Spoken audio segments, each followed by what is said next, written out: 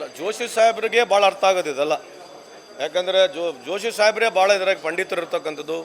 Nirmala Sitaram madam ಅವ್ರು ಭಾಳ extreme knowledgeable ಇರ್ತಕ್ಕಂಥ ಅವರೇ, ಬಿ ಜೆ ಪಿಯರೇ ಇರ್ತಕ್ಕಂಥದ್ದು. ಈ ದೇಶದಲ್ಲಿ ನೋಡ್ರಿ, ಯಾರು ನಮ್ಮ ಡೆಲ್ಲಿ ಚೀಫ್ ಮಿನಿಸ್ಟರು ಅತಿ ಭಾಳ ಬ್ರಿಲಿಯಂಟ್ ಅವರೇ, MP ಚೀಫ್ ಮಿನಿಸ್ಟರು ಅವರೇ ಬ್ರಿಲಿಯಂಟು, ಮಹಾರಾಷ್ಟ್ರ ಚೀಫ್ ಮಿನಿಸ್ಟರು ದಾವಸ್ಸಿಗೆ ಹೋಗ್ತಾರೆ, ಇರ್ತಕ್ಕಂಥ ಲೋಕಲ್ ಕಂಪ್ನಿಗಳು ಕರ್ಕೊಂಡೋಗಿ ಸೈನ್ ಮಾಡ್ಕೊಂಬರ್ತಾರೆ. ಸೊ ಈ ಥರ ಬುದ್ಧಿವಂತರು ಇವ್ರ ಪಾರ್ಟಿಯಲ್ಲಿ ಇರೋದು. ಇಡೀ ದೇಶದಲ್ಲಿ ಪ್ರಪಂಚದಲ್ಲಿ ಎಲ್ಲಿಗಾನ ಬುದ್ಧಿವಂತರು ಬೇಕಾಗಿದ್ದರೆ, ಅಮೇರಿಕಾಗಾಗಿರಲಿ, ಚೈನಾಗಾಗಿರಲಿ, ಜಪಾನಿಗಾಗಲಿ, ಎಲ್ಲೇ ಒಂದು ಬುದ್ಧಿವಂತರು ಕೊರತೆ ಇದ್ದರೆ ಅವರು BJP ಆಫೀಸಿಗೆ ದೇಶಕ್ಕೆ ಮಾಡಲ್ಲ. ಅವರು ಭಾರತ ದೇಶದಲ್ಲಿ ಯಾರೆಲ್ಲ ಬುದ್ಧಿವಂತರು, ಬರೀ BJP ಆಫೀಸಿನಲ್ಲಿ ಫೋನ್ ಮಾಡಿ ನಿಮ್ಮ ಹತ್ರ ಇರ್ತಕ್ಕಂಥ ಬುದ್ಧಿವಂತರು ಲಿಸ್ಟ್ ಕೊಡ್ರಿ ಅಂತ ಹೇಳಿದಾಗ ಇವ್ರು ಇಲ್ಲಿಂದ ಬುದ್ಧಿವಂತರನ್ನು ಬೇರೆ ಕಡೆ ಕಳಿಸ್ಕೊಡ್ತಾರೆ. ಇವ್ರ ಹತ್ರ ಭಾಳ ಬುದ್ಧಿವಂತಿಕೆ ಇರ್ತಕ್ಕಂಥದ್ದು ಒಂದು. ಎರಡನೇದು, as far as the budget is concern, ನಾನೇನು ಸುಮ್ಮನೆ ಪೊಲಿಟಿಕಲಿ ಹೇಳಕ್ಕೆ ಹೋಗೋದಿಲ್ಲ. ಕರ್ನಾಟಕಕ್ಕೆ ನಮಗೆ ಯಾವುದು ಭಾಳ ದೊಡ್ಡ ಪ್ಯಾಕೇಜ್ ಆಗಿರಲಿ, ಕರ್ನಾಟಕಕ್ಕೆ ಅನುಕೂಲ ಆಗ್ತಕ್ಕಂಥದ್ದಾಗಿರಲಿ, ನೀರಾವರಿಗೆ ಆಗ್ತಕ್ಕಂಥದ್ದು, ಇನ್ಫ್ರಾಸ್ಟ್ರಕ್ಚರ್ ಪ್ರಾಜೆಕ್ಟಿಗೆ ಯಾವುದು ನಮಗೇನು ಭಾಳ ದೊಡ್ಡ ಪ್ರಮಾಣದಲ್ಲಿ ನಮಗೆ ಯಾವುದು ಸಹಾಯ ಆಗಿಲ್ಲ, ನಮಗೆ ಯಾವುದು ಲಾಭ ಆಗಿಲ್ಲತಕ್ಕಂಥದ್ದು ಕರ್ನಾಟಕದ ವಿಷಯದಲ್ಲಿ. ಎರಡನೇದು ಫಾರ್ಮರ್ಸ್ ಇಶ್ಯೂ, ರೈತರು ಸುಮಾರು 18ರಿಂದ 20% ಈ ದೇಶದ GDPಗೆ ರೈತರು ಕಾರಣರಾಗಿರ್ತಾರೆ. ಸುಮಾರು 40% ಈ ರೈತರು ಏನು ಹೊಲ ಇದೆ, ನಮ್ಮೇನು ಅಗ್ರಿಕಲ್ಚರ್ ಅಂತ ಏನು ಹೇಳ್ತೀವಿ, ಇದರಲ್ಲಿ ಸುಮಾರು 40 to 50% ಜನರು ಇದರಲ್ಲಿ ಎಂಪ್ಲಾಯ್ಮೆಂಟ್ ಬೇಸ್ಡ್ ಇರ್ತಕ್ಕಂಥದ್ದು. ರೈತರಿಗೆ ನಾವು ಆದಾಯ ದುಗುನಿ ಮಾಡ್ತೀವಿ ಅಂತ ಹೇಳಿರ್ತಕ್ಕಂಥದ್ದು. MSP ಬಗ್ಗೆ ಇಲ್ಲಿ ಮಾತನಾಡಿಲ್ಲ, ಮಿನಿಮಮ್ ಸೆಲ್ಲಿಂಗ್ ಪ್ರೈಸ್ ಬಗ್ಗೆ ಇಲ್ಲಿ ಮಾತನಾಡಿಲ್ಲ. ಅವಾಗೆಲ್ಲ ಭಾಳ ಜೋರು ಭಾಷಣ ಮಾಡೋರು, ಅದ್ರ ಬಗ್ಗೆ ಇಲ್ಲಿ ಮಾತನಾಡಿಲ್ಲ. ರೈತರ ಸಾಲ ಮನ್ನಾ ಬಗ್ಗೆನೂ ಇಲ್ಲಿ ಮಾತನಾಡಿಲ್ಲ. ರೈತರಿಗಂತೂ ಏನೇನೂ ₹1 ಲಾಭ ಇಲ್ಲ. ಎಲ್ಲರಿಗಿಂತ ಇಂಪಾರ್ಟೆಂಟು MSMEಗಳು, ಸ್ಮಾಲ್ ಸ್ಕೇಲ್ ಇಂಡಸ್ಟ್ರಿ ಅಂತ ಹೇಳ್ತೀವಿ. ಕಳೆದ 11 ವರ್ಷದಿಂದ ಸ್ಮಾಲ್ ಸ್ಕೇಲ್ ಇಂಡಸ್ಟ್ರಿ ಈ ದೇಶದಲ್ಲಿ ಕುಸಿತಾನೇ ಹೋಗ್ತದೆ. ಆದರೆ ಒಂದೇನಂತಂದ್ರೆ ಪ್ರಹ್ಲಾದ್ ಜೋಶಿ ಸಾಹೇಬ್ರಿಗೆ ಕೇಳ್ರಿ, ಮೊದಲು ನಾವು ಈ ಇಂಡಿಯನ್ ನ್ಯಾಷನಲ್ ಫ್ಲಾಗ್ನ ಬರೀ ಖಾದಿನಲ್ಲೇ ಮಾಡಬೇಕಂತಕ್ಕನ್ನೋದು ಒಂದು ಸಂಪ್ರದಾಯ ಇತ್ತು. ಇವರೀಗ ಪಾಲಿಸ್ಟರ್ ಗಿಲಿಸ್ಟರ್ ಎಲ್ಲ ಮಾಡಿಬಿಟ್ಟಿದ್ದಾರೆ. ಈಗ ನಾಚಿಕೆ ಆಗಬೇಕು. 70% ಈ ದೇಶದ ಫ್ಲ್ಯಾಗ್ಗಳು, 70% ಈ ದೇಶದಲ್ಲಿ ಫ್ಲ್ಯಾಗ್ಗಳು ಚೈನಾಯಿಂದ ಬರ್ತಾ ಇದೆ.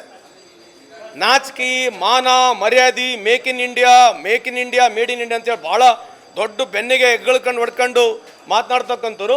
70% of Indian flags are coming from China only, ಬೇರೆ ಎಲ್ಲಿಲ್ಲ, ಬೇರೆ ದೇಶದಿಂದ ಬಿಟ್ಬಿಡ್ರಿ. ಆಮೇಲೆ ಇವತ್ತು ನಮಗೆ ಚೈನಾಗೆ ಸುಮಾರು $120 ಬಿಲಿಯನ್ ಅಷ್ಟು ಸರ್ಪ್ಲಸ್ನಲ್ಲಿದ್ದೀವಿ, ಅಂದರೆ ನಾವು ಡೆಫಿಸಿಟ್ನಲ್ಲಿದ್ದೀವಿ. $120 ಬಿಲಿಯನ್ ನಾವು ಚೈನಾದಿಂದ ಇಂಪೋರ್ಟ್ ಮಾಡ್ಕೊಳ್ತೀವಿ. 2014ನಲ್ಲಿ $30 ಬಿಲಿಯನ್ $40 ಬಿಲಿಯನ್ ಇದ್ದರೆ ಇವರು ಇವತ್ತು 10 ವರ್ಷದಲ್ಲಿ ಹೆಗ್ಗಳಿಕೆಯ ನಮ್ಮ make in India, made in India, Bharat ಭಾಳ ದೊಡ್ಡ ಭಾಷಣಗಳು ಮಾಡಿದವರು. $120 ಬಿಲಿಯನ್ ಅಷ್ಟು ಇವತ್ತು ಚೈನಾದಿಂದ ನಾವು ಇಂಪೋರ್ಟ್ ಮಾಡ್ತೀವಿ. ಎಕ್ಸ್ಪೋರ್ಟ್ 0 $92 ಇವತ್ತು ಡಾಲರಿಗೆ ರುಪಿಗೆ ಆಗಿದೆ. FPO ಅಂತ ಹೇಳ್ತೀವಿ, ಫಾರಿನ್ ಪೋರ್ಟ್ಫೋಲಿಯೋ ಇನ್ವೆಸ್ಟ್ಮೆಂಟ್ ಅಂತ FPI ಅಂತ ಹೇಳ್ತೀವಿ. ಅಂದರೆ ನಮ್ಮ ಅವರು ಯಾವಾಗಲೂ ದುಡ್ಡು ಯಾವಾಗ ಹಾಕ್ತಾರೆ ಅಂತಂದರೆ ಅವರಿಗೆ ಲಾಭ ಆಗ್ತಕ್ಕಂಥ ಸಂದರ್ಭದಲ್ಲಿ ದುಡ್ಡು ಹಾಕ್ತಾರೆ. ಹಂಗೆ ಕಳೆದ ಒಂದೇ ವರ್ಷದಲ್ಲಿ 1,60,000 ಕೋಟಿ ಈ ಫಾರಿನ್ ಪೋರ್ಟ್ಫೋಲಿಯೋ ಇನ್ವೆಸ್ಟ್ಮೆಂಟ್ ಹೇಳ್ತೀವಿ, ಅದು ಈ ದೇಶದಿಂದ ಹೊರಗಡೆ ಹೋಗಿದೆ. ಇದರಿಂದ ಮುಂದೆ ಬರ್ತಕ್ಕಂಥ ದಿನಗಳಲ್ಲಿ ನೀವು ಬರೆದಿಟ್ಟುಕೊಳ್ಳಬೇಕಿದ್ರೆ ನಮ್ಮ ಇನ್ಸ್ಟಾಲ್ಮೆಂಟ್ಗಳು, ಬ್ಯಾಂಕಿನ ಇಂಟ್ರೆಸ್ಟ್ ರೇಟ್ಗಳು ಯಾವುದೇ ರೀತಿಯಿಂದ ಕಮ್ಮಿ ಆಗೋದಿಲ್ಲ. ಯುವಕರಿಗೆ ಎಜುಕೇಷನ್ ಸಿಸ್ಟಮ್ನಲ್ಲಿ ಏನು ಭಾಳ ದೊಡ್ಡ ಬದಲಾವಣೆ ಇಲ್ಲ. MSMEಗೆ ಏನೂ ₹1 ಲಾಭ ಇಲ್ಲ.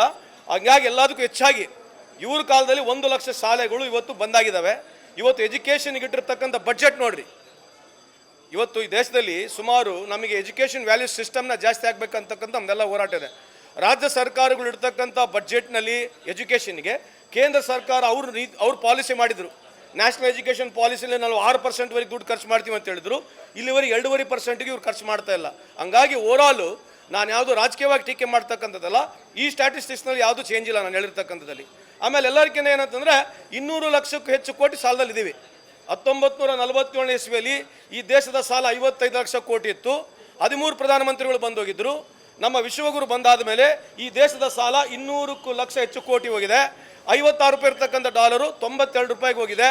ಆಮೇಲೆ ಈ ಡಾಲರ್ ಬೀಳ್ತಕ್ಕಂಥ ಸಂದರ್ಭದಲ್ಲಿ ವೆನ್ ಡಾಲರ್ ಇಸ್ ಫಾಲಿಂಗ್, ನಮ್ಮ ಹತ್ರ ರುಪೀಸ್ ಫಾಲಿಂಗ್, ಯಾವಾಗ rupees falling against the dollar, ನಮ್ಮ ಹತ್ರ ಇರ್ತಕ್ಕಂಥ ಡಾಲರ್ನ ನಾವು ವಾಪಸ್ ಮಾರ್ಕೆಟ್ನಲ್ಲಿ ಹಾಕ್ತೀವಿ. ಹಂಗೆ ಸುಮಾರು ನಮ್ಮ ವಿಶ್ವಗುರುಗಳು ಇಲ್ಲಿವರೆಗೆ 15 ಲಕ್ಷ ಕೋಟಿಯಷ್ಟು ಡಾಲರ್ನ ಮಾರ್ಕೆಟಿಗೆ ಹಾಕಿ ರುಪಿ ಫಾಲಿಂಗ್ನ ನಿಂದಿರಿಸಿದ್ದಾರೆ. ಅದು ಹಾಕಿಲ್ಲ ಅಂದರೆ ಇವತ್ತು ₹100 ಹೋಗ್ತಾ ಇತ್ತು. ಇದು ಹೆಗ್ಗಳಿಕೆಯ ಮಾಡಿರ್ತಕ್ಕಂಥ ಸಾಧನೆಗಳು ಅಂತ ಈ ಸಂದರ್ಭಕ್ಕೆ ಕೇಳಲಿಕ್ಕೆ ಇಚ್ಛೆ ಬಯಸ್ತೀನಿ. ಅಲ್ಲ, ಆ ಥರ ಕೊಡೋದ್ರಾಗ ಅರ್ಥನೇ ಇಲ್ಲ. ಎವ್ರಿ ಗೌರ್ಮೆಂಟ್, ಸ್ಟೇಟ್ ಗೌರ್ಮೆಂಟ್ ಆಗಿರಲಿ, ಸೆಂಟ್ರಲ್ ಗೌರ್ಮೆಂಟ್ಗಳಾಗಿರಲಿ ಬಡ್ಜೆಟ್ಗಳು ಮಾಡ್ತಾನೆ ಇರ್ತವೆ. ಆದರೆ ಓವರಾಲ್ ಸಾಧನೆ ಮ್ಯಾನುಫ್ಯಾಕ್ಚರಿಂಗ್ ಏನು ಮಾಡಿದ್ದಾರೆ ಅವ್ರು ಹೇಳೋಕ್ಕೆ ರೆಡಿ ಇಲ್ಲ. ಮ್ಯಾನುಫ್ಯಾಕ್ಚರಿಂಗ್ ಏನಾಗಿದೆ ಎಲ್ಲ ಹೇಳಿದಾರ ನಿರ್ಮಲಾ ಸೀತಾರಾಮನ್ ಅವರು? ಮೇಕ್ ಇನ್ ಇಂಡಿಯಾ ಮಾಡಿದ್ವಿ. ಇವತ್ತು ಮ್ಯಾನುಫ್ಯಾಕ್ಚರಿಂಗ್ ಏನಾಗಿದೆ, ಇವತ್ತು 2 ವೀಲರ್ ಸೇಲ್ಸ್ ಈ ದೇಶದಲ್ಲಿ ಕಮ್ಮಿ ಆಗಿದೆ, 4 ವೀಲರ್ ಸೇಲ್ಸು ಕಮ್ಮಿ ಆಗಿದೆ. ನಮ್ಮಲ್ಲಿ ಯಾವುದು ದೇಶದಲ್ಲಿ ಮ್ಯಾನುಫ್ಯಾಕ್ಚರಿಂಗಲ್ಲಿ ನಾವು 0. ನಮ್ಮ ದೇಶ 60% ಸರ್ವಿಸ್ ಓರಿಯೆಂಟೆಡ್ನಲ್ಲಿದ್ದೀವಿ ಮೇಡಮ್. 60% ಸರ್ವಿಸ್ ಇಂಡಸ್ಟ್ರಿ ನಾವಿರೋದ್ರಿಂದ ನಾವು ಎಲ್ಲಿವರೆಗೆ ಮ್ಯಾನುಫ್ಯಾಕ್ಚರಿಂಗ್ ಮಾಡಲ್ಲ, ಎಲ್ಲಿವರೆಗೆ ನಮ್ಮ ದೇಶದಿಂದ ಹೊರ ದೇಶಕ್ಕೆ ನಾವು ಎಕ್ಸ್ಪೋರ್ಟ್ ಮಾಡೋಕ್ಕಾಗೋದಿಲ್ಲ. ನಾವು ಟಿ ವಿಯಲ್ಲಿ ಭಾರಿ ಪವರ್ಫುಲ್ಲು, ಟಿ ವಿ ಮುಖಾಂತರ ನಾವು ಪವರ್ಫುಲ್ನ ಕಾಣ್ಬೋದು, ದೇಶ ಪವರ್ಫುಲ್ ಆಗಿ ಹೊರಹೊಮ್ಮಕ್ಕೆ ಸಾಧ್ಯನೇ ಇಲ್ಲ ಅಂತ ಈ ಸಂದರ್ಭಕ್ಕೆ ಕೇಳಲಿಕ್ಕೆ ಇಚ್ಛೆ ಪಡ್ತೀನಿ.